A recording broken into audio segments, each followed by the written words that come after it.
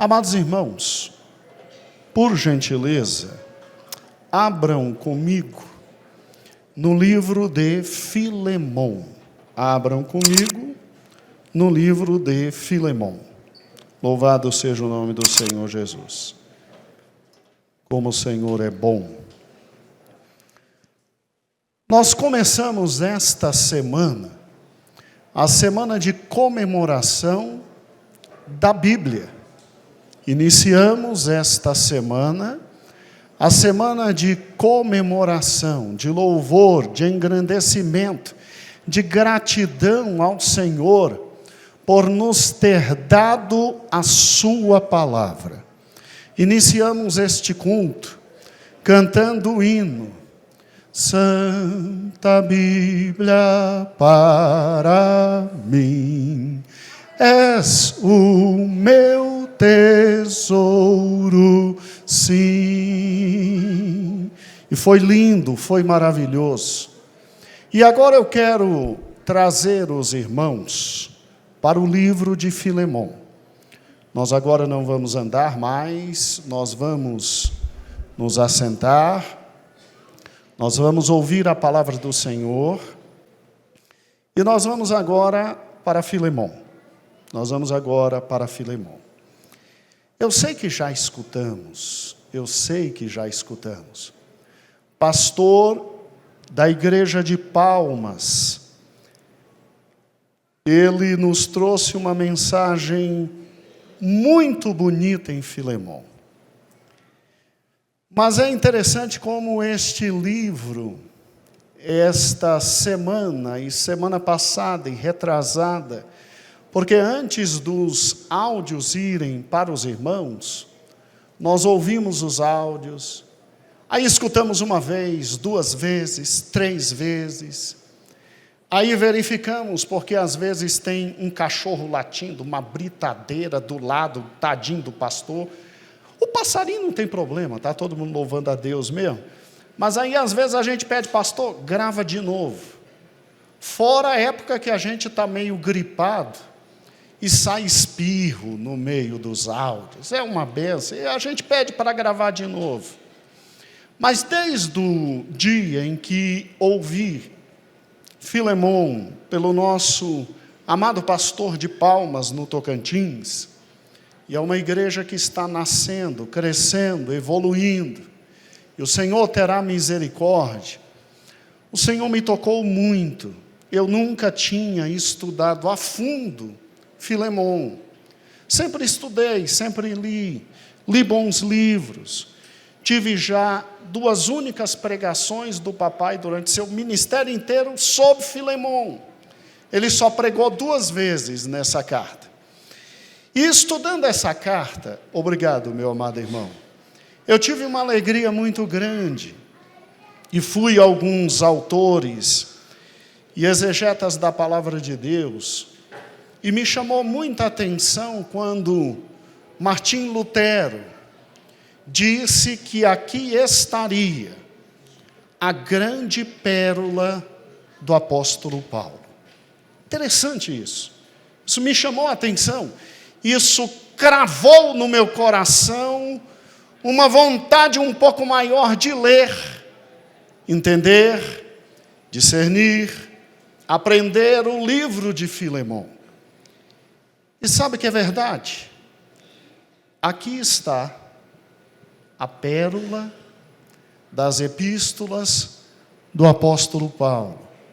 Eu que sempre amei Romanos, sempre fui fascinado, absolutamente fascinado por Hebreus. Sempre tive uma paixão incondicional, principalmente por 2 Timóteo, as últimas palavras do apóstolo. Nunca tinha visto a preciosidade de Filemão. E esta manhã, juntos na presença do Senhor, nós vamos mergulhar em Filemão e vamos ver até onde o Senhor nos guiará. Até onde nos guiará. Portanto, ó Deus, que esta manhã não haja um falar meu, mas haja um falar teu. Leva, Senhor, cativo todas as almas esta manhã, desde os meninos do som, que muitas vezes, por mexerem em um aparelho ou outro, se distraem e se perdem. Até eu, ó Deus, até a mim, controla esta manhã e me guia, Senhor, como instrumento nas tuas mãos, para que tudo aquilo que um dia foi visto, há 500 anos atrás, por Martim Lutero, há 930 anos atrás, pelo grande Atanásio, há exatamente, ó Deus, 700 anos antes, por Isaías, quando, sem ter a dimensão, já falava da carta de Filemão.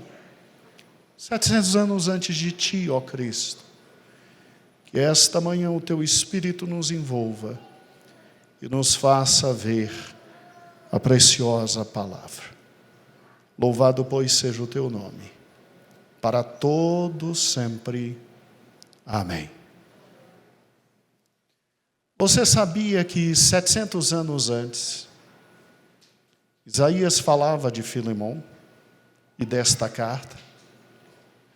Você sabia que 2.400 anos antes de Cristo, Deus já em Gênesis falava de Filemão? Sabia disso? Como, pastor? Como uma carta de 25 versículos? Um único capítulo? Pode ser objeto de entendimento e compreensão de Deus na eternidade. Porque quando leio aqui eu vejo Paulo se dirigindo a um irmão em Colossos, aonde na casa dele funcionava a igreja. Por quê? Porque era um irmão rico. Filemão era riquíssimo.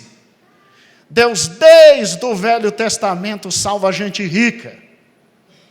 Abraão que o diga. Isaac e Jacó, então. Davi. Filemão era riquíssimo. Filemão tinha aceitado Jesus por intermédio de Epáfras, que foi o grande pastor da igreja de Colossos, e que talvez tenha sido salvo por intermédio da pregação do apóstolo Paulo. E era riquíssimo, dono de grandes terras, nascimento, homem amável de Deus, e que tinha muitos escravos, mas era crente no Senhor Jesus. Com certeza um patrão de escravos não maldoso, não rigoroso, não detestável,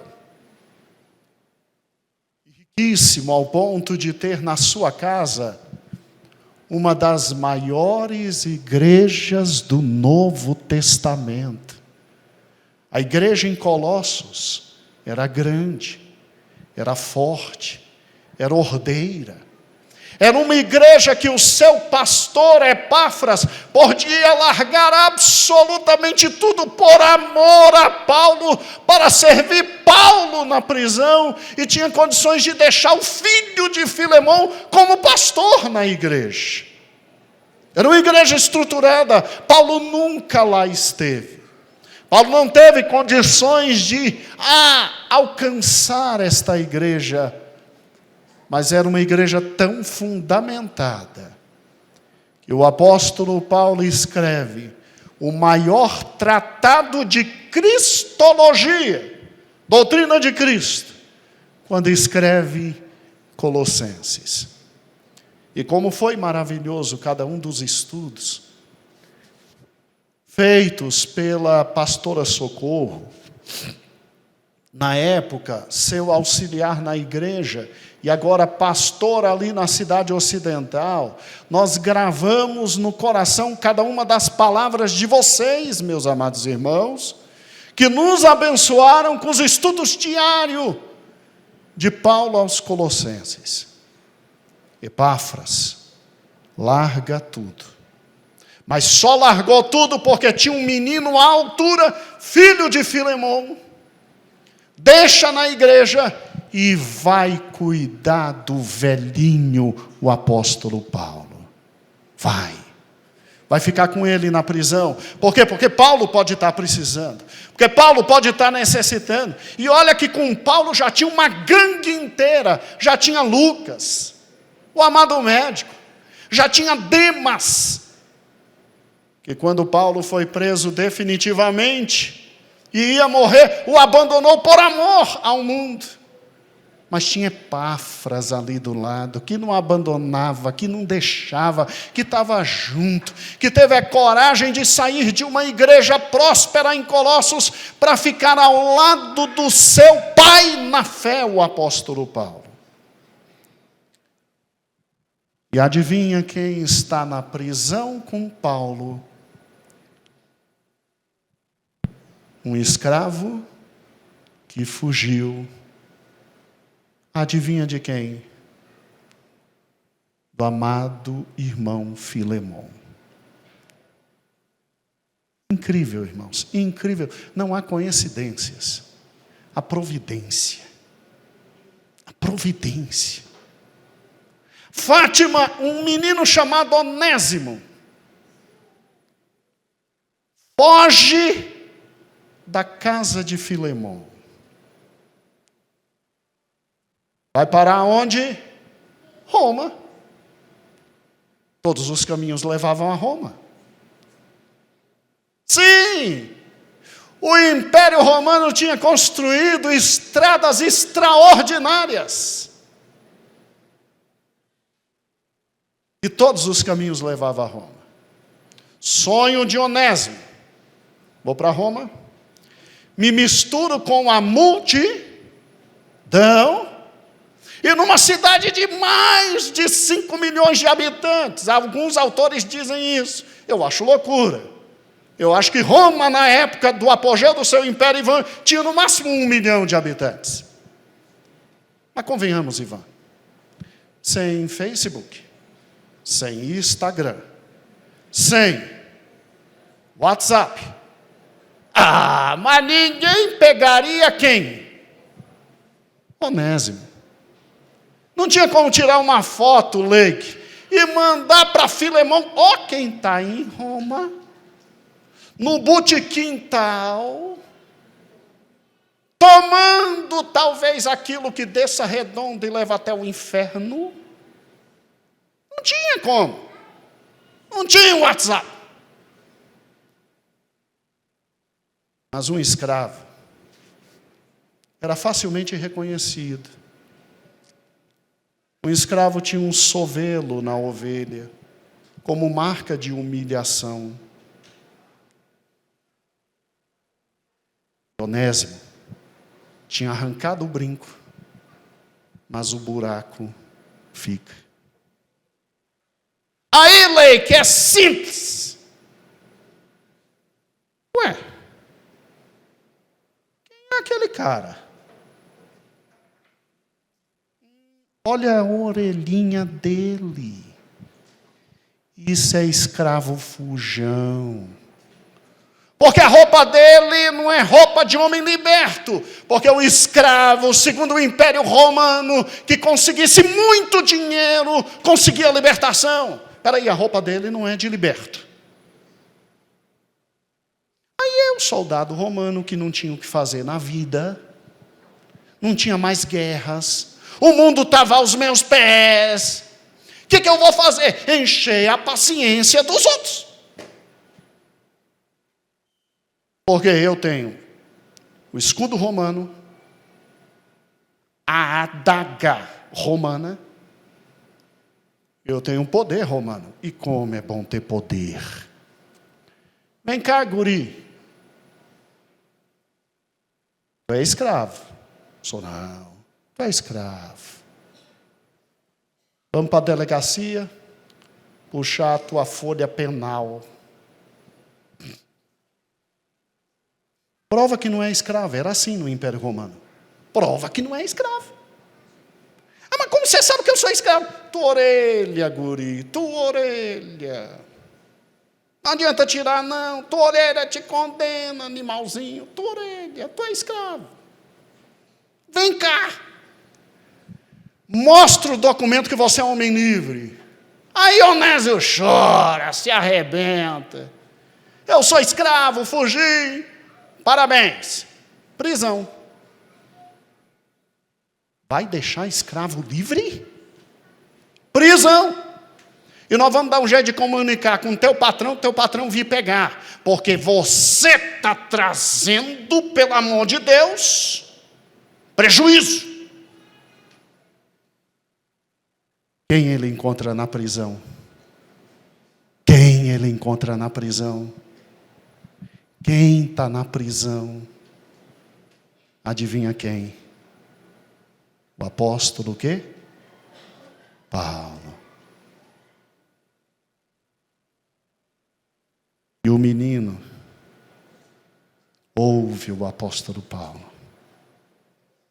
Para quem não havia livre nem escravo, para quem não havia homem nem mulher, para quem simplesmente a vida tinha se transformado. E você tem, abra comigo Filemão capítulo 1, versículo 1, dizendo: Paulo, prisioneiro de Jesus Cristo, e o irmão Timóteo, ao amado Filemão, nosso cooperador. Você já imaginou quando essa carta chega na mão de Filemão, que ele lê: amado, nosso quê? Cooperador. Por que nosso cooperador? Porque a igreja era na casa dele. Era a única casa que comportava a igreja. Ele era um dos homens mais ricos de Colossos. E quando a gente pega alguém que tem condições financeiras e coloca na presença de Deus, esse homem é mais do que amado. Esse homem demonstra que nada o contém perante Deus.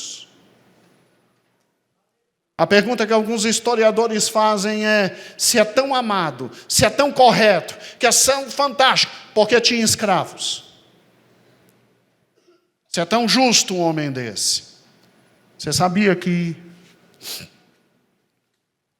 30% dos escravos na época de Cristo, mesmo recebendo a possibilidade de alforria, não saíam da casa do seu Senhor, porque o amavam.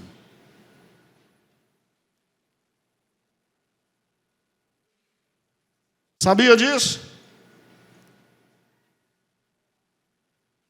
Onésimo era escravo. E Onésimo sai então de lá porque Filemão é o cão, né, pastor? Bem, vamos ver a descrição de Filemão. Primeiro, Paulo chama de cooperador. Versículo 2: e a nossa irmã Áfia, esposa de Filemão, e Arquipo, filho de Filemão, que fica à frente da igreja. Alguma certeza desses dados, pastor? Não.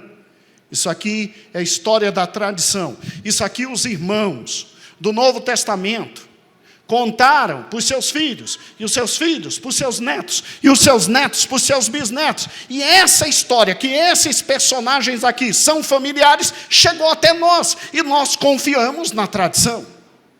Tu compreendes isso? Não há um livro que registre a história do meu pai.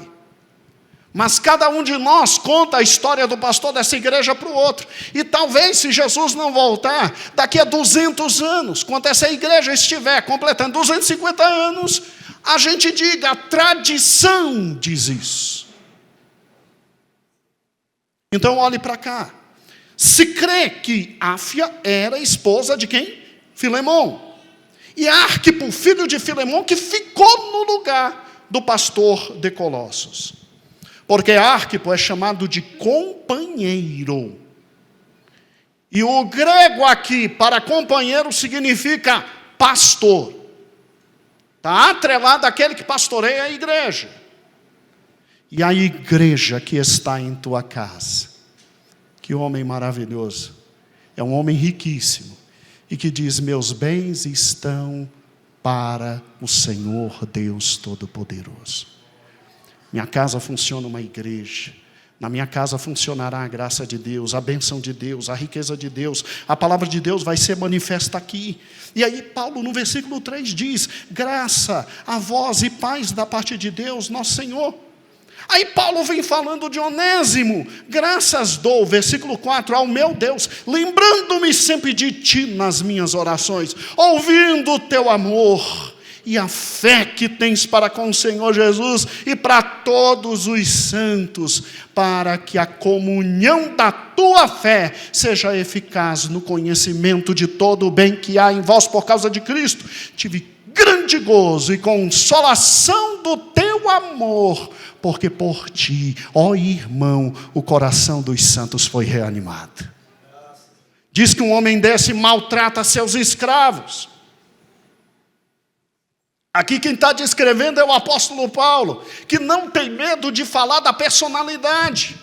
Tu te lembras de Paulo no início do ministério, quando ele olha para aquele mago malandro lá de Chipre, e ele diz: fica cego, filho do diabo.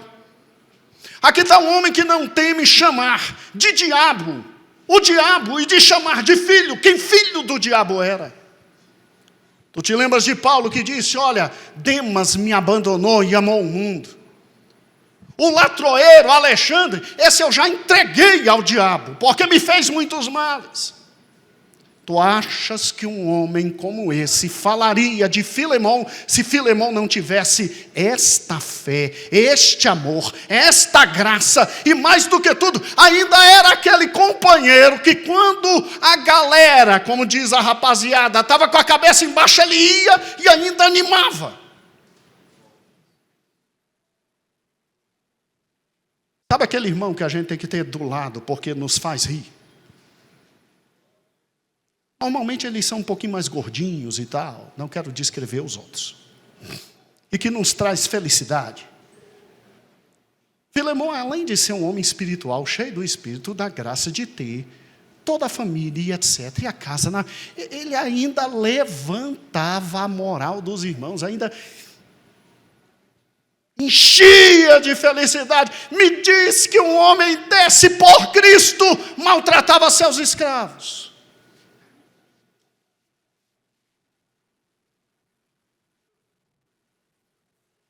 Mas Onésimo, que no grego significa útil, tinha fugido da casa do seu Senhor. E agora Paulo está dizendo: Filemão, eu estou te mandando essa carta por Onésimo. Você pode imaginar a cara de Onésimo? Entregando a carta a Filemão. Será que daí veio cara de pau? Olho de peroba? Tu tem dimensão do que é Filemão recebendo em casa o homem que lhe deu um dos maiores prejuízos na vida, com uma carta de Paulo, dizendo: eu te conheço, Filemão, eu sei que tu és bom, tu és servo de Deus, tu és homem de Deus, tu abres o teu coração e a tua vida, os teus bens para Deus. E eu quero te pedir só uma coisinha. Versículo 8. Olha a facada.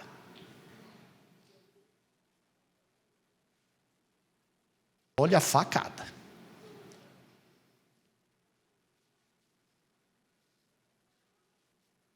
Menino, tu tá bonito, vistoso, alegre. Parabéns. Temos projetos grandes para você no ministério, tadinho. Vamos juntos. Versículo 8. Pelo que anda, ainda que tenha Cristo grande confiança para te mandar, eu poderia usar minha autoridade apostólica para te mandar uma coisa. Mas não vou fazer isso não, filho. Eu quero te pedir, versículo 9, por amor, por mim, Paulo velho. Você tem que atender um pedido de um velho. Paulo jogou baixo, né? Paulo jogou baixo. E prisioneiro de Jesus.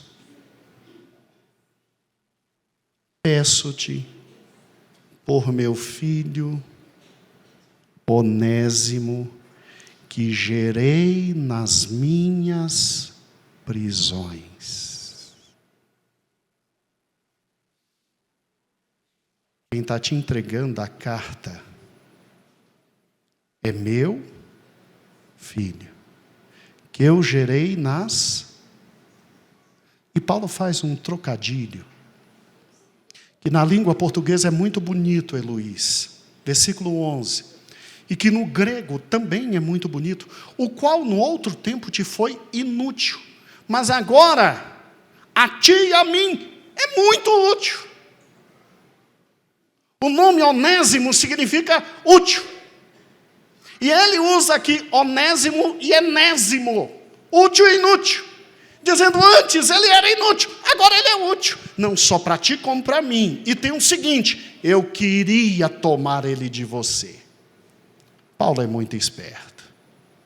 Ele é tão útil para mim que eu não queria que ele voltasse para aí. Eu queria, olha o versículo 12. Eu queria tomar ele para mim. Versículo 13.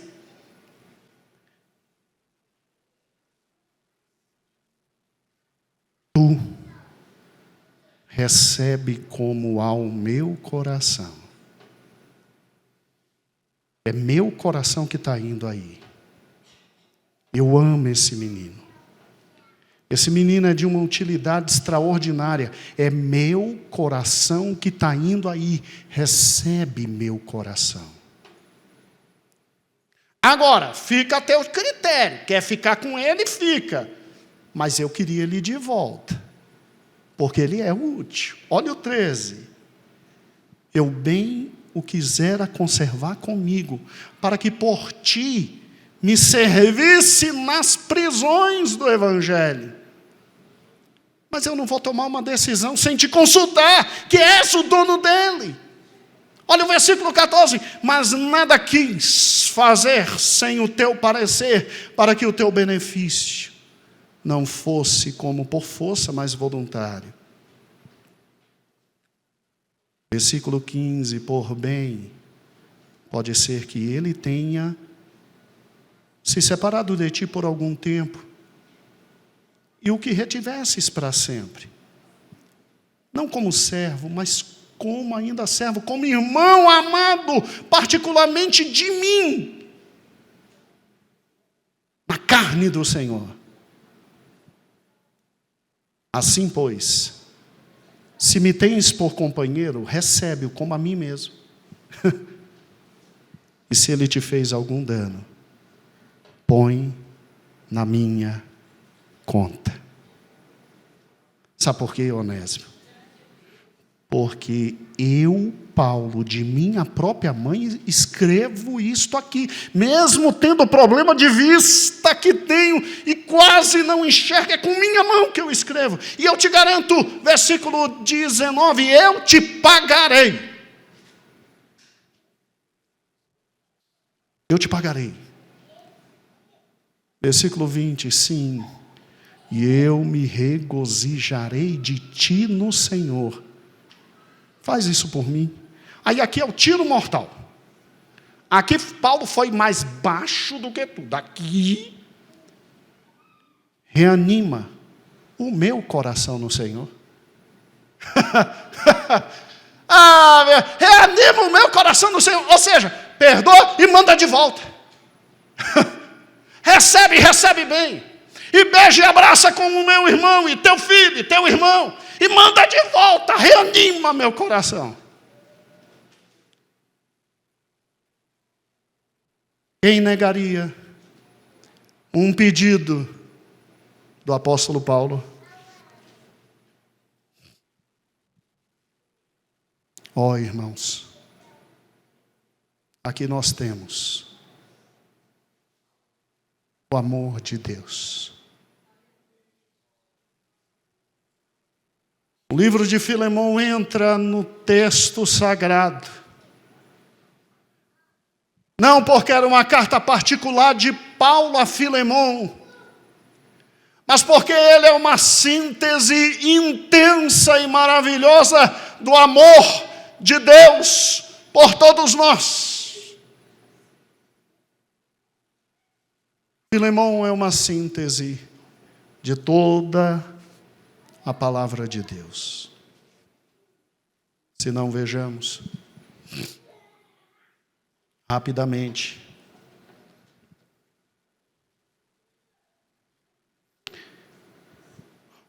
O R. Wilsberg, um dos melhores comentários do mundo que temos. Ele, ao tratar da escravidão, escute, ao que Filemon sofreu com esse homem. Escute. Estima-se que havia cerca de 6 milhões de escravos no Império Romano, homens e mulheres, tratados como mercadoria a ser comprada e vendida. Um provérbio da época dizia: o número de escravos é o mesmo número de inimigos, portanto, humilhá-los era necessário. Escute, o escravo que fazia serviços gerais era vendido por cerca de 500 denários. Irmãos, um denário era o dinheiro de um dia de trabalho. Escravo que fazia serviço geral, não era lá muito boa coisa, era 500 denários. Agora escute. Enquanto que escravos mais instruídos e habilidosos podiam ser vendidos até por 50.000 denários.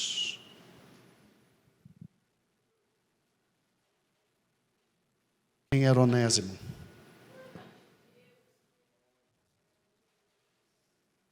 Tu achas que Onésimo era um escravo de 500 denários? Tu não tem dimensão do prejuízo que Onésimo trouxe a Filemon. Se há uma carta do apóstolo Paulo pedindo perdão, e se é Paulo dizendo manda de volta porque ele é muito útil, Onésimo estava no nível dos cooperadores que Paulo precisava do seu lado. Onésimo era um escravo de grande valor, tanto é que conseguiu fugir e, segundo alguns historiadores, conseguiu ficar perto de 1 ano e meio escondido em Roma. Onésimo era tão grande que, segundo alguns historiadores, depois de perdoado por Filemon, voltou a Paulo, ajudou a Paulo até os seus últimos dias, e Paulo instruiu e enviou, e ele se torna, antes de sua morte, bispo de uma das principais igrejas. A igreja em Laodiceia.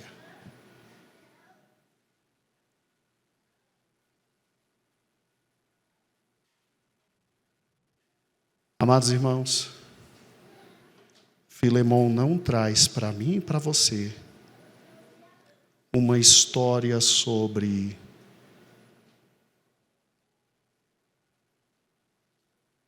escravo fugindo do seu senhor.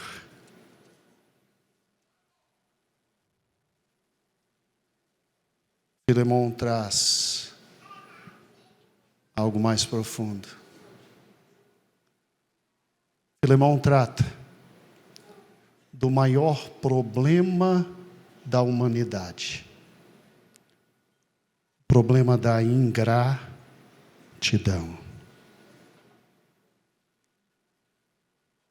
Talvez por isso Lutero tenha dito: todos nós somos onésimos. Isso porque um dia houve um Deus que no seu amor e na sua graça disse: eu não quero por toda a eternidade ter somente anjos. Eu quero alguém com quem eu possa compartilhar vida, existência, graça, essência. E aí um dia ele disse: haja luz e houve luz. Haja separação entre mares e águas debaixo e águas de cima, e houve a separação e apareceu toda a atmosfera. E ele disse, haja separação entre terra seca e águas, e houve a separação. E ele disse, agora haja luminares, para que exista a sequência de dias e de noites. E ele disse, surja toda a relva, toda a árvore, todo o fruto, cada um segundo a espécie, surja absolutamente todos os animais, sejam selváticos, sejam domésticos, sejam aves, sejam os que rastejam, surja tudo, porque eu quero criar um ser mais magnífico. Eu quero fazer alguém à minha imagem e à minha semelhança. Eu quero que ele tenha vida comigo. Eu quero que ele ande comigo. Eu quero na viração da tarde me comunicar com Ele. Eu quero viver com Ele.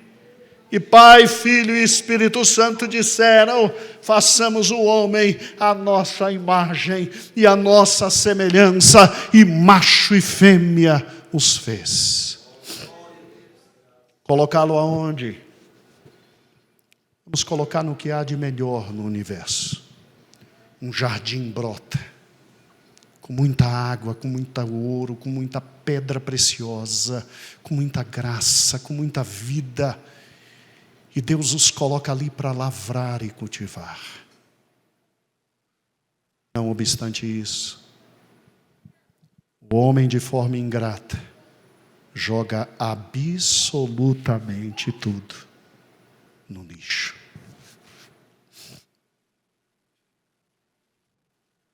E naquela fatídica tarde,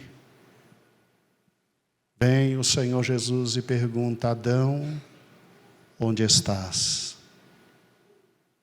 Adão responde, tive medo e me escondi. A história humana é história de ingratidão. Desde esse momento, filhos são capazes de pegar seus pais e jogar em asilos. Sabia? Você sabia que desde esse momento, gente é capaz de trabalhar o mês inteiro e pedir literalmente tudo a Deus, e na hora de simplesmente devolver 10%, para que a obra do Senhor seja simplesmente ampliada, ele crê que 100% com Ele é muito maior do que 90% sem a bênção. A história humana desde essa época é a história de ingratidão, a ponto de Deus simplesmente chegar o momento da taça da sua ira, chegar a tal ponto que ele disse, não suporto mais o homem, toda a imaginação do homem é absolutamente má. Eu vou destruir, eu vou recomeçar. E quando vem o dilúvio, ele recomeça. Ele pega o homem, o único justo na terra, mal sai da arca, toma um porre e fica nu. E traz problemas para dentro de casa. Aí Deus separa uma família. E Deus diz a um homem, sai da tua terra, da tua parentela. Eu vou te fazer uma nação. E de ti eu abençoarei a todas as famílias da terra. Essa é a história do homem. A história do homem é a história de Nabucodonosor, que simplesmente olha para a grande Babilônia e diz, esta não é a esplendorosa Babilônia que levantei com minhas mãos, com meu poder. E ele diz isso depois de 3 grandes experiências espirituais, onde Daniel tinha avisado a primeira vez, curva-te diante de Deus. A segunda vez, curva-te diante de Deus. A terceira vez, curva-te diante de Deus. Na hora, Deus olha para ele e diz, vai pastar como animal.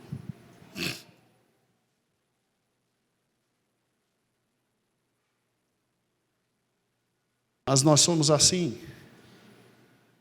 Nós somos onésimos. Sério. Essa é a nossa história. A gente está dentro da casa do Pai, comendo, bebendo, andando, se divertindo. Mas o Pai não morre. Gente, o Pai não morre. E eu só vou pegar minha herança depois que o Pai morrer. Pai, me dá minha herança, porque o Senhor não morre. O Senhor não morre. Então, por Deus, Pai, me dá minha herança, que eu estou perto de lhe matar. Vai, filho.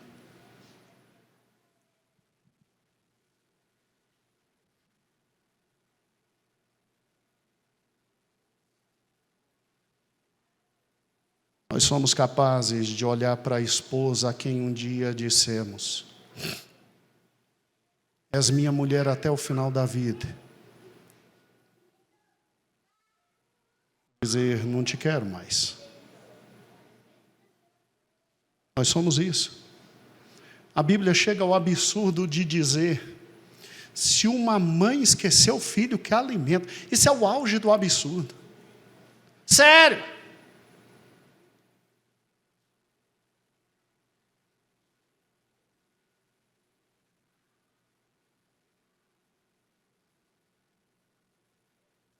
Quantos Onésimos nós temos esta manhã nessa casa?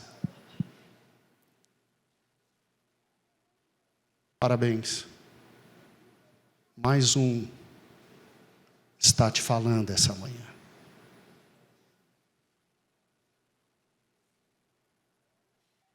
Mas sabe, um dia, após várias quedas, após vários tropeções, após vários erros, Deus disse, filho, está na hora de consertar todas as coisas. Vai, desce, porque eu quero trucidar o bando de Onésimo que está lá embaixo. Sim, no Império Romano e naquela era, a maldade humana chegou a tal nível que nem o povo levantado por Deus era mais luz.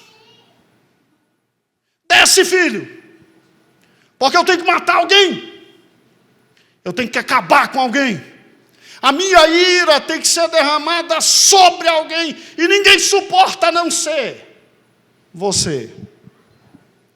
Desce, filho, porque nenhum deles tem moral para me pedir perdão. Somente um Deus pode pedir perdão a um outro Deus. Ou tu achas que eu, na minha santidade, recebo onésimos? Desce, filho, porque um homem tem que morrer por todos. E assume a forma humana. Eu vou sorver um por um dos teus ossos. Eu vou acabar com a tua carne.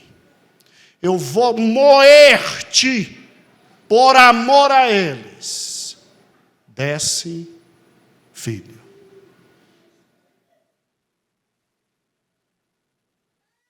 E aí ele veio. Ele passou pelo que você conhece. Só que ele ressuscitou.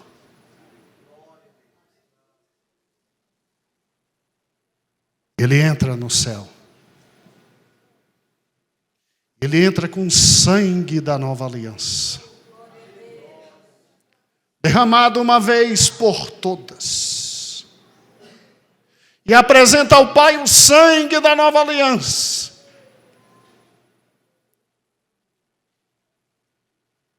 Ele diz: está consumado.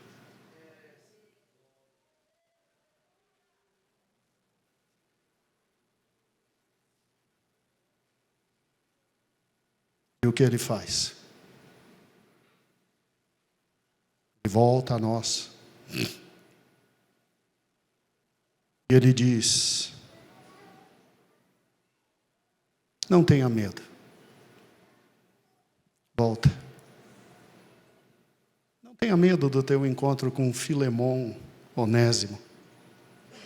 Está aqui a carta. No dia do encontro, ó amado Onésimo, mostra a carta. Ora lamacanturiandas.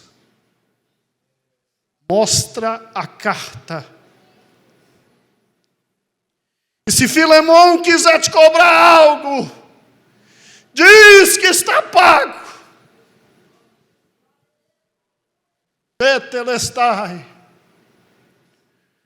Coloca na minha conta. Diz que está pago.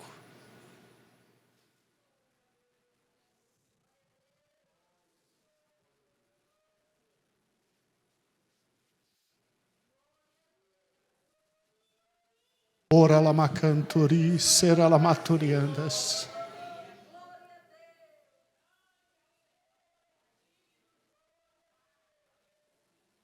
Semana passada, ou nesta semana, enterraram aquele importante homem, Augusto Liberato.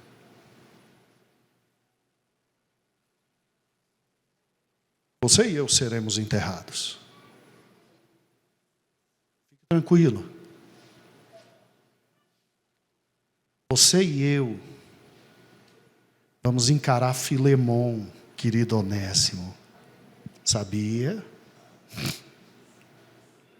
O teu Filemon te encontrará. O teu Senhor que te deu todas as coisas. O teu Deus que te amou desde o ventre. O Senhor da eternidade que te chamou pelo nome antes de você existir. E que fez cada um dos teus ossos, tu vais te encontrar com teu Filemon. Só um jeito de se encontrar com Filemon. Levando a carta.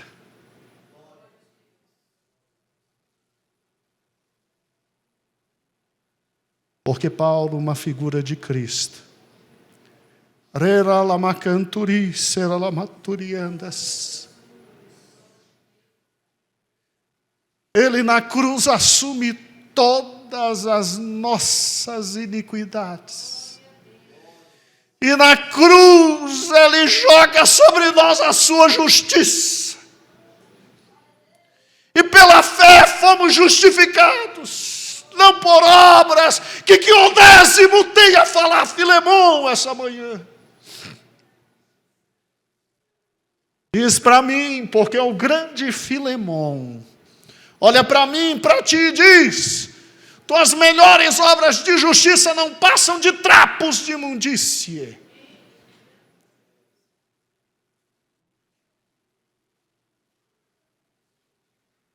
Mas no dia do encontro, porque a maioria de nós tem medo da morte.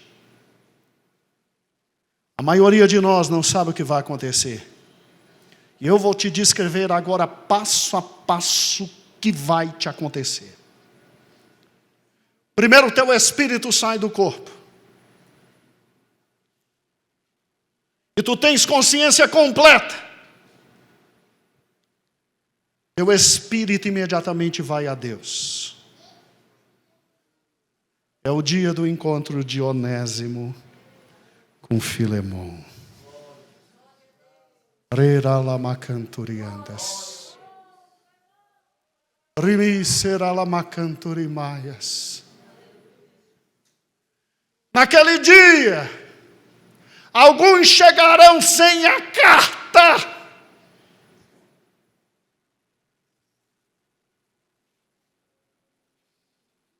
E o inferno e o lago de fogo e enxofre os alcançará.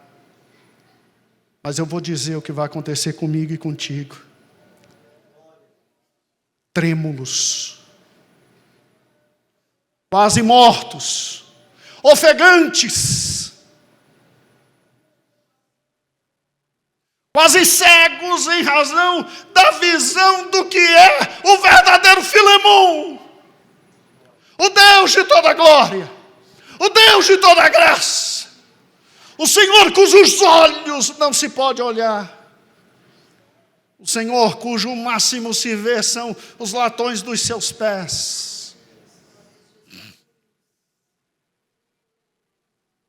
Eu imagino Filemon chegando em Colossos.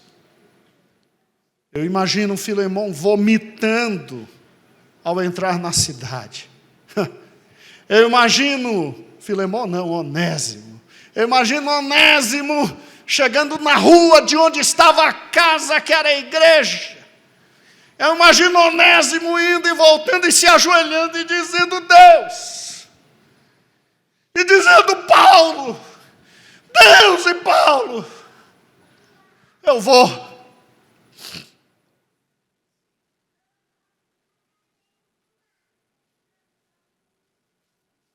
O mínimo que se faria com Onésimo era 30 dias de surra. Surra, espera recuperar. Surra, espera recuperar. Surra. E como Onésimo devia ser um escravo caro, a morte seria à la grega. Era simples. Deitava-se o escravo, abria-se daqui até aqui, com uma adaga romana. Se ia retirando cada um dos órgãos, esfregando na cara e dizendo: aqui pelo teu prejuízo, aqui pela tua infâmia. Se corta a cabeça, se queima todinho, isso sendo acompanhado por todos os outros escravos, para servir de exemplo. Responda para mim. Se hoje o grande Filemon disser: vem, como é que você entra? Responde. Qual a garantia?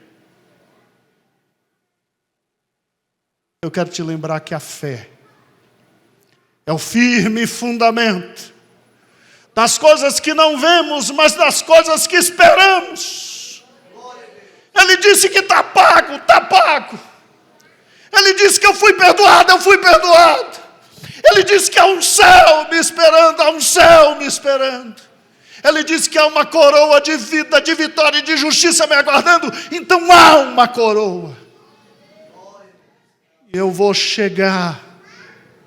Como você vai chegar e vai entregar a carta dizendo: está tudo perdoado.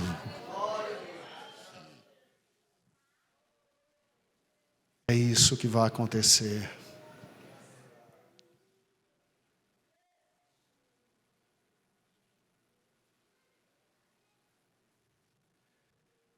Filemon é a pérola das cartas de Paulo.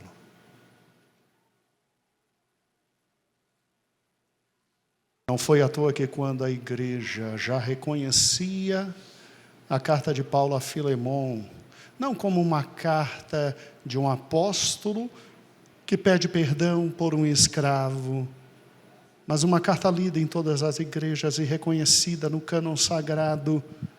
Não foi à toa que a igreja olhava para os céus e dizia: Deus fez o mesmo comigo, triste Onésimo.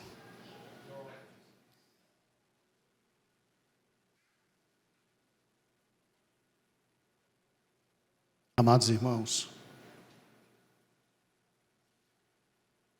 aquele que está em Cristo nova criatura é.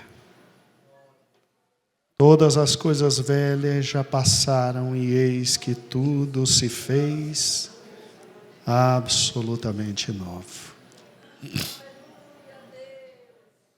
Abra agora o livro de Filemão.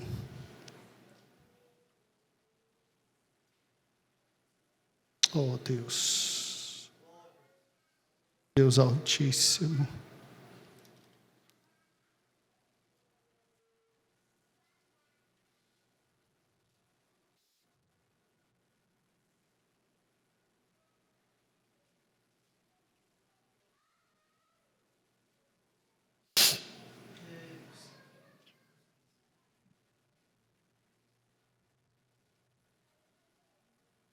Versículo 22. Paulo tinha tanta certeza que ia sair do calabouço de Roma, como saiu, que disse: prepara para mim também pousada, porque espero pelas vossas orações que estarei convosco. Filemão, te saúda Epáfras, o teu pastor, que deixou teu filho no pastorado e veio me ajudar. Meu companheiro de prisão por Cristo. Marcos, o garoto que me abandonou e que agora é muito útil. Aristarco, Demas. Aqui Demas ainda não tinha abandonado, porque Paulo não tinha sido preso pela segunda vez. E o médico amado Lucas, meus cooperadores. A graça de nosso Senhor Jesus Cristo seja com o vosso espírito. Porque Filemão é a carta da graça.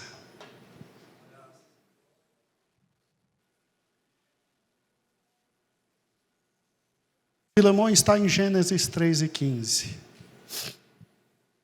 Porém, inimizade entre ti e a mulher, teu descendente e o seu descendente. E você vai ferir o calcanhar, mas ele te ferirá a cabeça. Filemão está em Êxodo, Levítico, Números e Deuteronômio, quando aquela serpente foi levantada. E o povo, vendo aquela serpente, foi absolutamente salvo por causa da ingratidão. Filemão está em cada um dos salmos.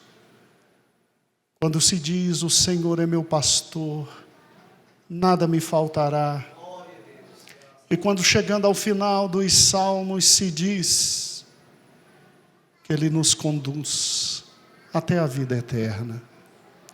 Filemão está em Isaías, Jeremias, Lamentações, Oséias, Naum, Abacuque.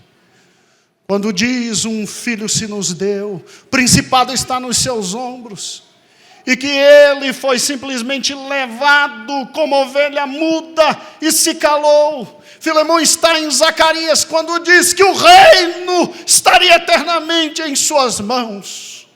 Filemão se manifesta em Mateus, Marcos, Lucas e João, quando ele, o grande Filemão, se transforma em Onésio, para que nós, Onésimos, chegássemos um dia a compartilhar da vida do verdadeiro Filemão. Filemão está em todas as cartas quando se explica cada um dos detalhes, e Filemão está no Apocalipse, quando reinos, povos, tribos e nações,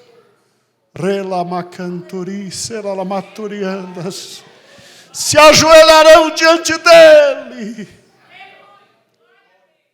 e um cântico será entoado: digno é o Cordeiro de receber glória, honra, força e majestade pelos séculos dos séculos sem fim. Confia, pois, Onésimo, no amado Filemão. Crê em Paulo e vive.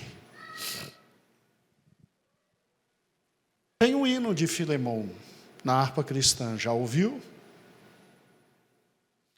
Ó quão cego andei e perdido vaguei, longe, longe do meu Salvador. Até aqui, Onésimo.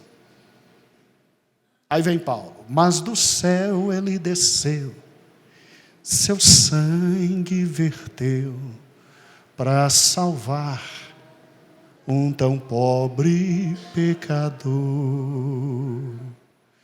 Foi na cruz,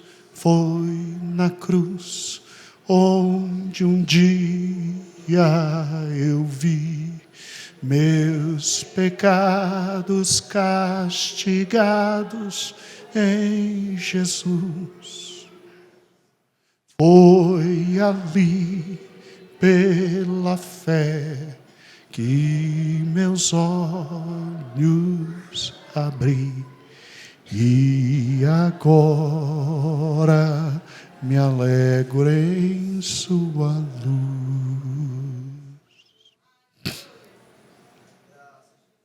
Responda para mim, o que seria de sua vida e minha vida sem o livro de Filemão? O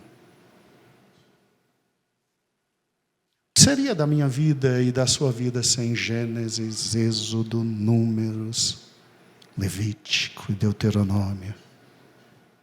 O que seria de nós sem os livros históricos, Josué, Juízes, 1º e 2º Reis, 1º e 2º Crônicas, 1º e 2º Samuel? O que seria de nós sem os profetas, tanto maiores quanto menores?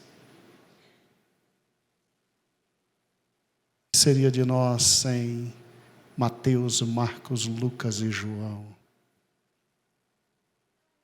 Onde estaríamos sem Romanos? Como administrar a igreja sem 1 Coríntios? Sem 2 Coríntios? Como entender a graça sem Colossenses e Efésios? Como discernir a vida e a fé sem Hebreus? Como aprender a viver como crente decente sem Tiago? E ele foi tão bom que no Apocalipse ainda disse o que ocorreria.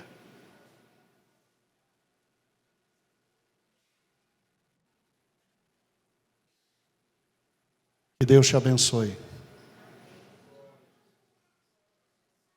Vá com fé. Antes da sua morte, creia. Deus vai te avisar que você está chegando. E aí não tema. Crê na carta. Crê na carta. Por Cristo, crê na carta. Crê na carta. Crê na carta. Chega abraçado com a carta.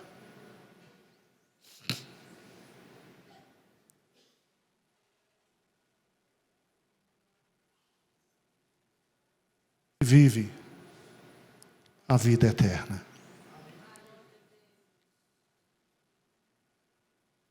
Senhor, muito obrigado pela tua palavra.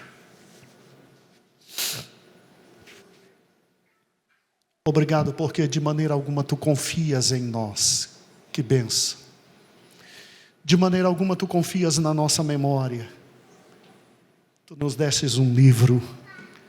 De maneira alguma tu confias na nossa tradição oral e nas histórias que contamos. Tu nos destes um livro. De maneira alguma tu confias na capacidade de Onésimos, por melhor que sejamos. Tu nos destes um livro. Faze-nos amar este livro. Viver com este livro. Mas acima de tudo, crer na carta. Crer que éramos pecadores. Crer que tu descestes do céu. Crer que tu nos amastes até o fim. Crer que tu derramastes o teu sangue. Crer no Espírito e no batismo, recanturi, seralamaturiandas. Crer na instituição da tua igreja. Crer no amor. Crer na vida eterna. E crer que tu has de nos buscar.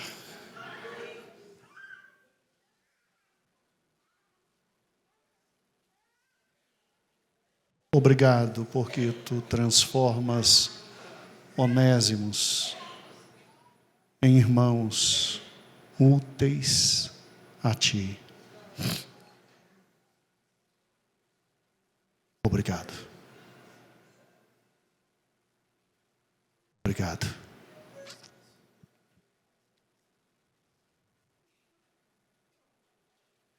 Santa Bíblia para mim, és o meu tesouro, sim. Tu contens a lei de Deus e me mostras lindos céus. Tu me dizes quem eu sou, donde vim, para onde vou. Tu crês na carta? Crês na carta? Crês na Bíblia? Creio eu na Bíblia, o livro do meu Deus. É o outro tom, né? Não, eu estou no tom. Fique em pé. Prepare-se, Ivan, por gentileza.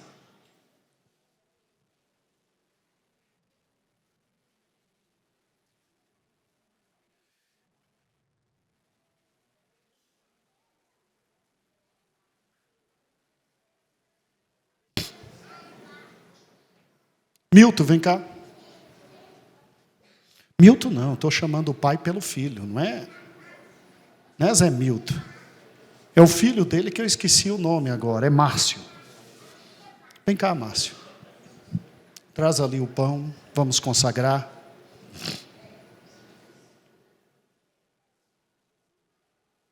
Pegue o pão, filho.